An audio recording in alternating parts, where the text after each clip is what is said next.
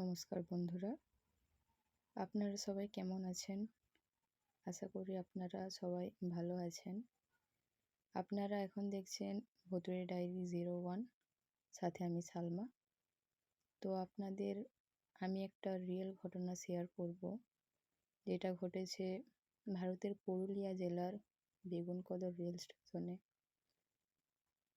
তো যাদের হার্ট দুর্বল আছে তারা ভিডিওটা স্কিপ করতে পারেন, আর যারা সাহসী আছেন তো ভিডিওটা শেষ পর্যন্ত দেখবেন। আশা করছি ভিডিওটা অনেক ভালো লাগবে। তো চলুন বেশি কথা না বাড়িয়ে গল্পটা শুরু করা যাক। তো গল্পের নাম হলো বেগুনকদর রেল স্টেশন। বেগুনকদর রেল স্টেশন 1960 সালে চালু হয়েছিল, কিন্তু চালু হওয়ার মাত্র 7 বছর পর অর্থাৎ 1967 সালে এটি হঠাৎ বন্ধ করে দেওয়া হয়। স্থানীয়দের মতে স্টেশনের এক কর্মী রেললাইনের ওপর একটা সাদা শাড়ি পরা নারীকে নাচতে দেখেছিলেন।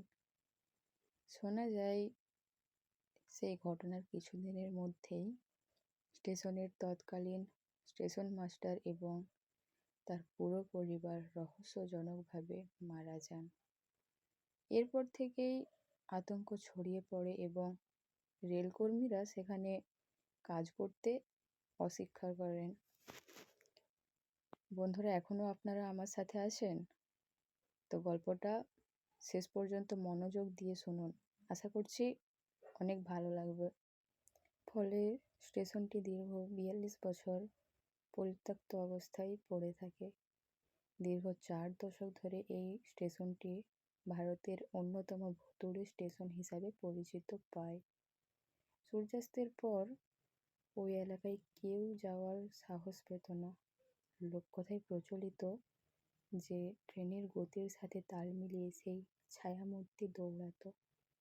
দীর্ঘ সময় বন্ধ থাকার পর 2009 সালে তৎকালীন রেলমন্ত্রী মমতা বন্দ্যোপাধ্যায়ের উদ্যোগে স্টেশনটি আবার চালু করা হয়।